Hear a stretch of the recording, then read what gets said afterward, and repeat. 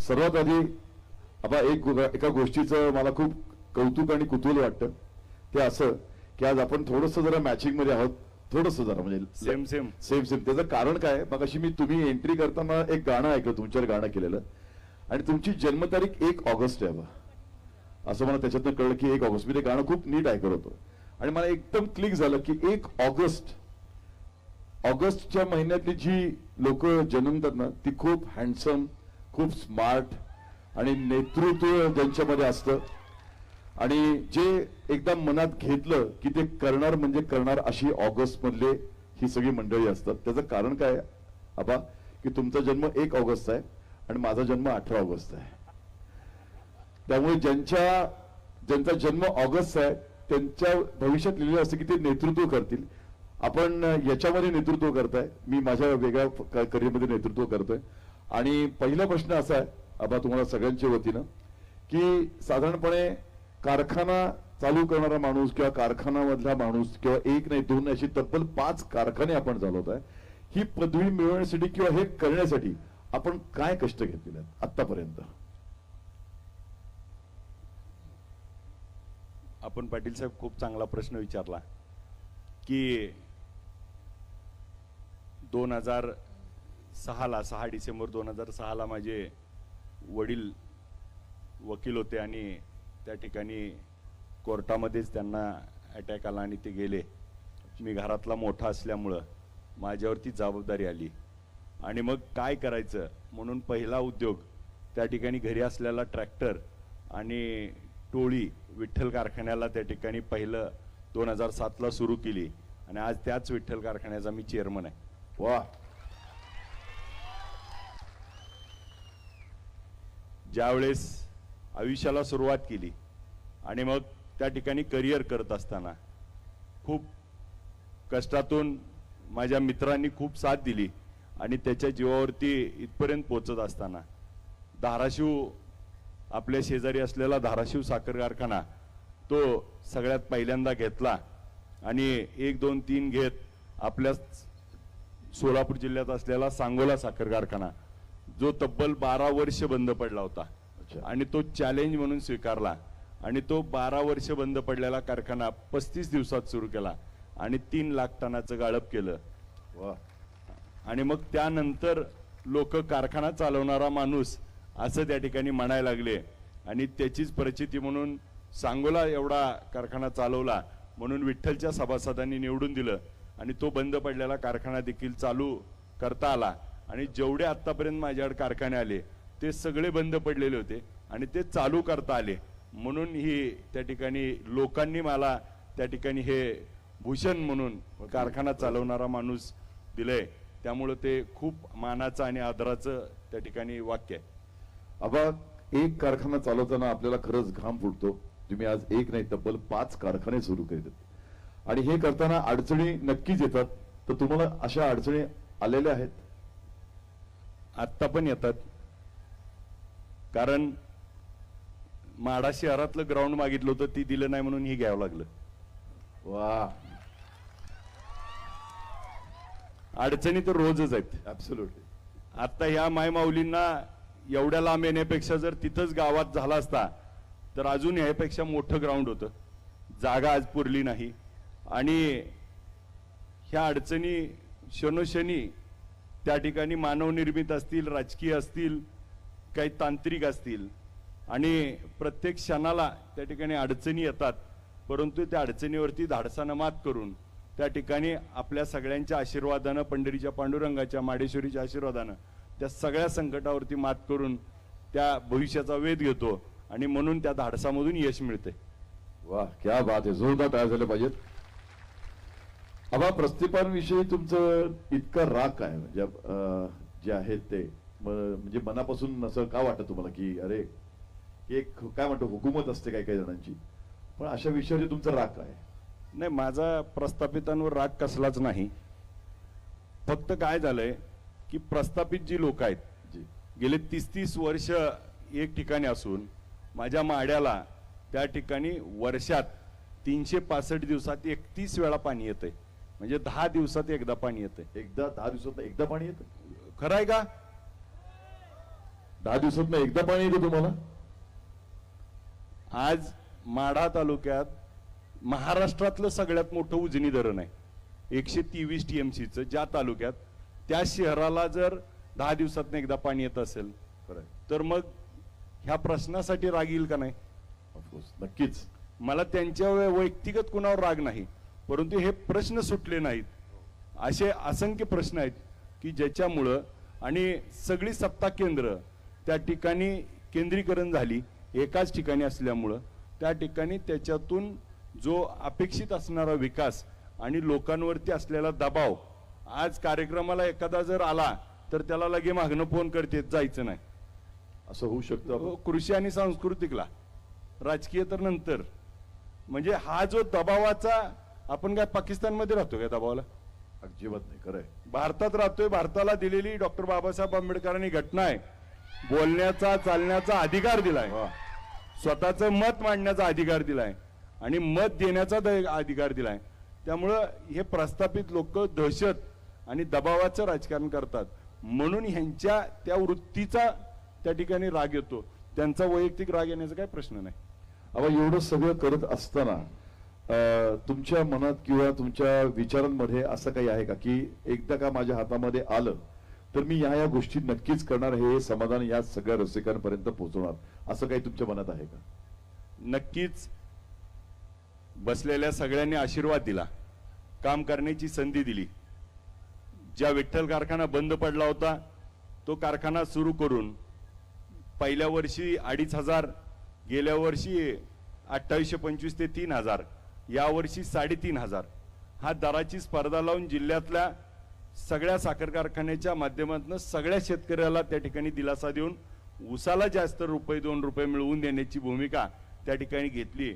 उद्या जर या सर्व जमलेल्या लोकांनी आशीर्वाद दिला तर नक्की या माड्याचं विजन, माड्याला आज आवश्यक काय आहे तर माडा मतदारसंघ हा 5 ते 6 विभागात डिवायडेशन झालेला आहे. एक माडा शहर, ज्या माडा शहराला असणारं पिण्याचं पाणी आपल्याला रोज देता यावं, माडा बस स्टँड आपल्याला एक्झिक्युटिव्ह करता आलं पाहिजे. माड्याला मुख्य प्रवाहात आणण्यासाठी त्या ठिकाणी मुक्ताई पालखी महामार्ग 4 लेनचा जर केला, रिदोर, माडा आणि शेटपळ, तर ते मुख्य शहर हे त्या ठिकाणी 4 लेनवरती आलं तर नक्की त्या माडा शहराचं देखील त्या ठिकाणी वेगळापणा जाणवेल. इथं असलेला भुईकोट किल्ला असेल, माडेश्वरीचं मंदिर असेल, आज माझ्या विठ्ठलाचं मंदिर इथं आहे, ह्याला तीर्थक्षेत्रातनं निधी आणणं असेल, माडा नगर परिषदेला भरपूर निधी आणून इथल्या सगळ्या कामं, रेल्वे आपल्या इथं आहे परंतु रेल्वेला रेल्वे स्टेशनची दुरावस्था आहे. रेल्वे स्टेशनला त्या ठिकाणी सगळ्या गाड्यांना जर थांबे मिळाले तर इथून रहदारी वाढेल आणि मग माडा शहराचा एक वेगळ्या पद्धतीनं विकास करायचा असेल. आज माड्यामध्ये त्या ठिकाणी मी बघितलं तर माड्यामध्ये कुठलंही शैक्षणिक संकुलन आज हे रयतचं सोडलं तर त्या ठिकाणी इंजिनिअरिंग, मेडिकल असं कोणतंही नाही. ते उद्या आपल्याला या माड्यामध्ये आणावं लागेल.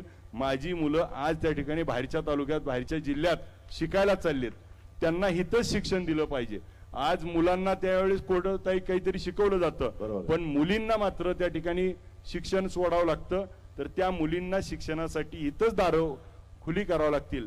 शिक्षणाबरोबर इथं आरोग्याची खूप मोठी, आज तुम्ही मुंबईत राहता, आजची माड्याची अवस्था अशी आहे की माड्यामध्ये सोनोग्राफी नाही. अरे बापरे. सिटी स्कॅन, MRI, डायलिसिस, आज एखाद्याला अटॅक आला तर कार्डिओ एन्जिओग्राफी होत नाही. आज माड्याची आरोग्य व्यवस्था ढासळलेली आहे. आज त्याला देखील आपल्याला चालना द्यावं लागणार आहे. इथं मुलं शिकल्यानंतर ही मुलं आज पुणे आणि मुंबईला नोकरीला जातात तर ह्यांना इथंच MIDC काढून माड्याच्या बाजूला त्या ठिकाणी त्याला काम देता येऊ शकतं. आणि मग ह्या माडा आणि माडा परिसराला त्या ठिकाणी चालना मिळू शकते आणि ती चालना देण्याचं काम उद्याच्या काळात ह्यांच्या रूपाने मला त्या ठिकाणी संधी मिळाली तर नक्की देऊ शकतो. दुसरं पॉकेट आमच्या इथं आहे, उपळाई म्हणून गाव आहे. उपळाई त्या उपळाई गावचं वैशिष्ट्य असं आहे की ते अधिकाऱ्यांचं गाव म्हणून प्रसिद्ध आहे. तर त्या जर अधिकाऱ्यांच्या गावाला प्रमोट केलं आणि उद्या संधी मिळाल्यानंतर तिथे एक 25 एकरचं ग्राउंड घेऊन त्या ठिकाणी जर आपण त्या ग्राउंडवरती सगळ्या स्पर्धा होतील, तिथं MPSC UPSC सगळ्या ह्याची केंद्र आली आणि तिथं अभ्यासिका त्या ठिकाणी आपल्याला हॉस्टेल्स मेस क्लासेस जर झाले तर त्या ठिकाणी एक अधिकाऱ्याचं गाव माडा पॅटर्न म्हणून येईल. लातूरला आज एका शिक्षकाने मोठेगाव करणे 1.5 लाख विद्यार्थी त्या ठिकाणी आज लातूरला शिकायला जातात. आज आमचं जर त्या ठिकाणी उपळाई प्रसिद्ध झालं, ही स्टोरी झाली ब्रँड झाला, तर उद्या 50-50 हजार मुलं ह्या माड्यामध्ये त्या ठिकाणी बाहेरची शिकायला येतील आणि इथलं उत्पन्नाचं सोर्स वाढेल. कारण त्या उपळाईमध्ये या माडा तालुक्यामध्ये अशा कितीतर गावं आहेत की 500 पेक्षा जास्त अधिकारी या तालुक्यात आहेत. इथली माती आणि पाण्यामध्ये तो गंध आहे. ही स्टोरी बाहेर गेली तर नक्की इथं त्या ठिकाणी आपल्याला एक माडा पॅटर्न म्हणून डेव्हलप करता येऊ शकतो. आज इथं असलेलं मोडलीम गाव आहे. मोडलीम मध्ये त्या ठिकाणी नगर परिषद करून त्याला 100-200 कोटी रुपये निधी आणू शकतो. त्याला येणारा कनेक्टिव्हिटी बंद आहे. तिथला टोमॅटो बोर कांदा मार्केट त्या ठिकाणी डाऊन झालंय, त्याला उपदावत आणू शकतो.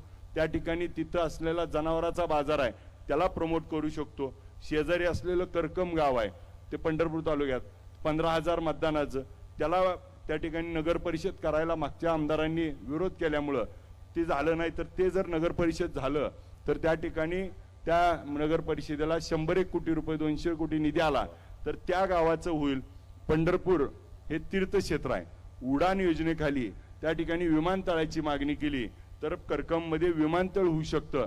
जसं शिर्डीला विमानतळ झालंय, बालाजीला विमानतळ झालंय, तसं त्या ठिकाणी विमानतळ कळू शकतो. आज त्या ठिकाणी मेंढापूर गाव आहे. मेंढापूर, आडीव, बाबळगाव, पकालपूर, गुरसाळे या गावात 2000 एकर जमीन त्या ठिकाणी MIDC ला द्यायला 2 वर्ष झाला आम्ही पाठपुरावा करतोय. आमदार झाल्यानंतर ती नक्की MIDC होऊ शकते. तिथं 20,000 लोकांना रोजगार निर्मिती होऊ शकते. आज तिसरं पॉकेट आमच्यातलं टेंभुर्णी आहे, जे टेंभुर्णीमध्ये आज देशामध्ये 24,000 कंटेनर केळी एक्सपोर्ट होती आणि त्यातली 12,000 कंटेनर तिथून होती. देशाच्या 50% हिस्सा तिथून आहे. म्हणजे जर तिथं केळी संशोधन केंद्र आणलं, तिथं ड्रायपोर्ट आणलं, जसं साताऱ्याला ड्रायपोर्ट आहे, जालन्याला आहे, तसं ड्रायपोर्ट आणलं तर तिथून केळी, डाळिंब, द्राक्ष, बेदाणा, साखर, टोमॅटो, बोर, कांदा ही निर्यात होऊ शकतं आणि यातून 10-20,000 लोकांना रोजगार मिळू शकतो. त्या शेतकऱ्याला 2 रुपये जास्त मिळू शकतात. टेंभुर्णी जंक्शनचं शहर आहे, त्याला देखील आपण प्रमोट करू शकतो. टेंभुर्णीच्या पुढे असलेलं उजनी धरण, जे या महाराष्ट्रातलं सगळ्यात मोठं धरण आहे, त्या उजनी धरणाला पर्यटन स्थळ म्हणून जर डेव्हलप केलं आणि तिथं त्या ठिकाणी बोटिंग, त्या ठिकाणी आपल्याला थीम पार्क, प्राणी संग्रहालय, गार्डन, त्या ठिकाणी लेझर शो, बॉटली शो, जसं आपण म्हैसूरच्या वृंदावन गार्डनला आहे, आपल्या इथं कोयनेवरती आहे, आज जायकवाडीवरती आहे, फक्त उजनीवरती नाही. ह्याच भीमा नदीचं पाणी जाणाऱ्या खाली असलेला आज आपलं जे धरण आहे त्या आलमट्टी धरणावर देखील हे सगळं आहे.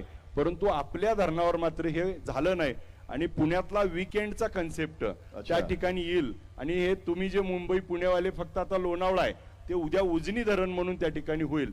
उजनी धरणाच्या बाजूला जवळजवळ 600 एकर सरकारची जागा आहे जी डेव्हलप करू शकतो. आज साधं त्याच्यावरती तिरंग्याचं लाइटिंग केलं तर आम्ही सगळे डीपी ठेवतो, एवढा आम्हाला त्याचा अभिमान आहे.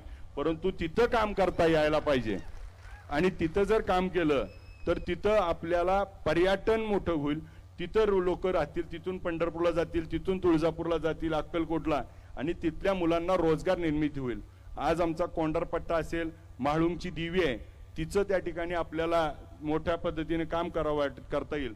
मला या मतदारसंघात आज माझे सगळे लोक आहेत.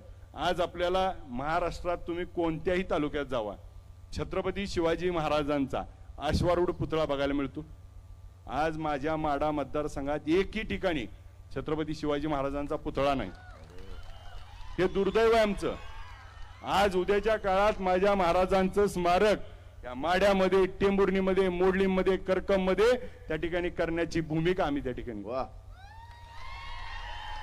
डॉक्टर बाबासाहेब आंबेडकर असतील, अहिल्यादेवी असतील, अण्णाभाऊ साठे असतील, आज या थोर महापुरुषांकडून आज महात्मा ज्योतिबा फुलेंच्या माध्यमातून आपल्याला जी प्रेरणा मिळते, ती प्रेरणा माझ्या पुढच्या पिढीला द्यायचं काम करावं लागेल. तरच त्या ठिकाणी आपल्याला, आज आम्ही त्या ठिकाणी ऊस आणि पाणी याच्या पलीकडे बोलत नाही, पण आजची परिस्थिती अशी झाली की ऊसाच्या बाबतीत मीच त्यांना कोणाला बोलू देत नाही. त्यामुळं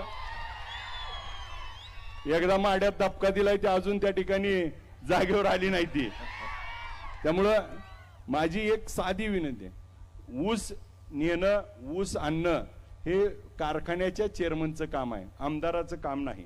त्यामुळे ऊस नेऊ, काटानं हाणता नेऊ, बिल देऊ, पण ते कारखान्याच्या चेअरमनचं काम आहे. आमदाराचं काम काय आहे ह्याच्यावरती चर्चा व्हायला पाहिजे. उद्या 936 योजना आहेत केंद्र आणि राज्य सरकारच्या, ज्या माणसांपर्यंत सामान्यपर्यंत पोहोचल्या पाहिजे. माझ्या माड्याच्या आमदारानं विधानसभा गाजवली पाहिजे, त्याचा व्हिडिओ माझ्या तरुणांना त्या ठिकाणी बघायला मिळाला पाहिजे.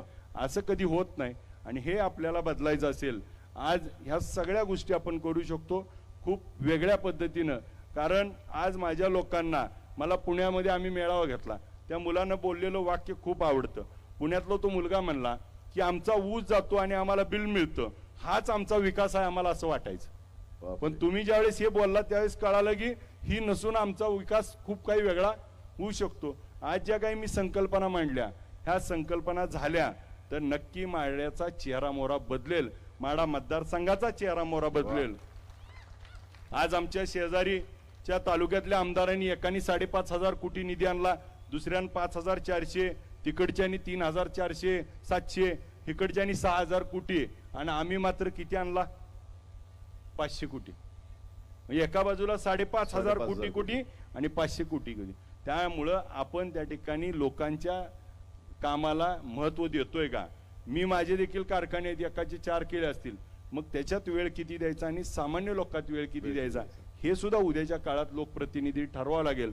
मी त्या निमित्तानं भूमिका स्पष्ट केली आहे की मी माझी सगळा वेळ आणि माझं काम हे माझ्या असलेल्या मतदारसंघातील लोकांसाठी देऊन जास्तीत जास्त निधी आणून हे भविष्य काळाचं स्वप्न माझ्या माड्यातल्या प्रत्येक नागरिकाला योजना देता आली पाहिजे. ऊस नेऊन त्या ठिकाणी विकास होईल तो थोड्या प्रमाणात होईल, परंतु ज्याला 1 गुंठा जमीन नाही, ज्याला ऊसच नाही, त्याचं काय? बरोबर. ज्याला आज बस स्टँड मिळत नाही, आज इथं सुरक्षा मिळत नाही, प्यायला पाणी मिळत नाही, ह्या गोष्टीवरती खऱ्या अर्थानं बोललं पाहिजे. मगाशी आपल्या डायलॉग मध्ये सांगितलं की पुलावर पाणी आलं की ओढी होती गाडीची, तसं आमच्यात किती तर पूल आहेत की ज्याच्यावरनं पाणी पावसात जातं. आपल्याला हे सगळं बदलावं लागेल. आज आमच्या माडा तालुक्यात कुठेही गेला तर रस्त्याची दुरावस्था आहे, ते रस्ते आपल्याला चांगल्या पद्धतीने करता येतील. आज पाण्याची व्यवस्था करता येईल, शिक्षणाची, आरोग्याची आणि MIDCच्या माध्यमातून रोजगाराची माझ्या माय माऊलीला स्वतःच्या पायावरती उभा करता येईल आणि माझ्या माड्यातल्या प्रत्येक माणसाला त्या ठिकाणी मान स्वाभिमान मिळेल, अशा पद्धतीची भूमिका भविष्यात आम्ही बजावू. वा, मला सांगा, इतकं अभ्यासू नेतृत्व जर तुम्हाला मिळालं तर तुम्ही काय कराल? हा मी माझ्याकडनं तुम्हाला प्रश्न विचारतोय की एवढा अभ्यासू नेतृत्व तुम्हाला सगळ्यांना जर मिळालं तर तुम्ही काय कराल? आवाज मोठ्यांनी गेला पाहिजे. आबा, त्यांच्या मनातील गोष्ट जर तुमच्यापर्यंत पोहोचली, पण जातात एक शेवटचा प्रश्न की यांच्या नेतृत्वामध्ये पहिलं काम तुमच्या मनात काय, की माढ्यामध्ये तुम्ही पहिलं काम कराल ते हे कराल? मी तुम्हाला सांगतो, पूर्वी टेस्ट मॅच असायची, 5 दिवस खेळून 300 काढायची, परत वन डे 50 ओव्हर मध्ये 300. आता मी 20-20 खेळायला आलोय. पहिला पॉवर प्ले आहे. त्या पॉवर प्ले मध्ये काय असणार आहे? पहिलं माड्याला पाणी, माड्याचं एसटी स्टँड, 1 वर्षाच्या आत MIDC, माडा पॅटर्न आणि छत्रपती शिवाजी महाराजांचे स्मारक. इतकं सगळं स्वप्न घेऊन एक असं म्हणल्याप्रमाणे की अभ्यासू नेतृत्व आपल्या इथे आपल्या समोर आहे, तर मला असं वाटतं की हात वर करून एकदा खरंच जोरदार आहे नेतृत्वासाठी. आबा, हा जनसमुदाय तुमच्या बरोबर आहे आणि हा नुसता समुद्र नाही, आज हा समुद्र वाहतोय असं मला वाटतं. इथपर्यंत सुद्धा मला वाटतं इकडे सुद्धा टाळ्या आल्या पाहिजेत, कारण हा समुद्र इथपासून इथपर्यंत फिरलेला आहे. त्यामुळे या समुद्राकडनं इच्छा आहे माझी, एकदा पुन्हा हात वर करून जोरदार टाळ्या. बोला छत्रपती शिवाजी महाराज की जय. आबा, धन्यवाद, तुम्ही इथे बराच वेळ दिलात आणि सुंदर चर्चा करून तुमची स्वप्न यांच्यापर्यंत पोहोचवली. तुमची म्हणण्यापेक्षा यांची स्वप्न तुम्ही पूर्ण करायला निघालेले आहात आणि उतरलेले आहात. त्यामुळे हे नेतृत्व आम्हाला नक्कीच आवडेल, आमच्या सगळ्यांना आवडेल. पुन्हा एकदा आमच्या सगळ्या मित्रमंडळींकडनं, या परिवाराकडनं मी मनपूर्वक तुमचे धन्यवाद देतो. Thank you. Jai Hind, Jai Thank Maharashtra. you. आभार, धन्यवाद, खूप खूप मनापासून थँक्यू.